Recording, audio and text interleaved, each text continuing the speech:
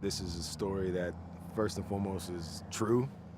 And I mean, on the more selfish level, I always wanted to play a soldier at the very least. And then, you know, obviously knowing that Chris Hemsworth and Michael Shannon were attached to the people that I really look up to in the industry, and then Jerry Bruckheimer, it was a no-brainer. And then again, reading the script and it being so, so visceral, it was a no-brainer.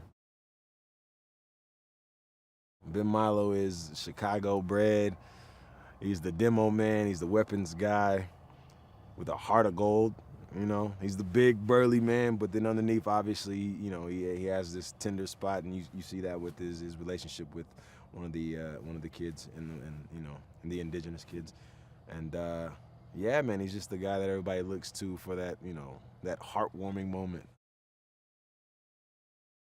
Captain Nelson and Chief Warrant Officer Spencer, those two cats, the real life cats flew out and they spent quite a bit of time with us to kind of help us get a sense of what the story was. And they actually brought a piece of the Twin Towers, and that was just the most powerful moment on set when he brought a piece of the Twin Towers and we all just passed it around, and it was just really a moment where it just set in. Like, this is like obviously we know history, we knew this happened and it affected us, but again, to physically feel something that was just, it was here, it was tangible, it just shocked your system, it brought all those emotions back, so that was very valuable.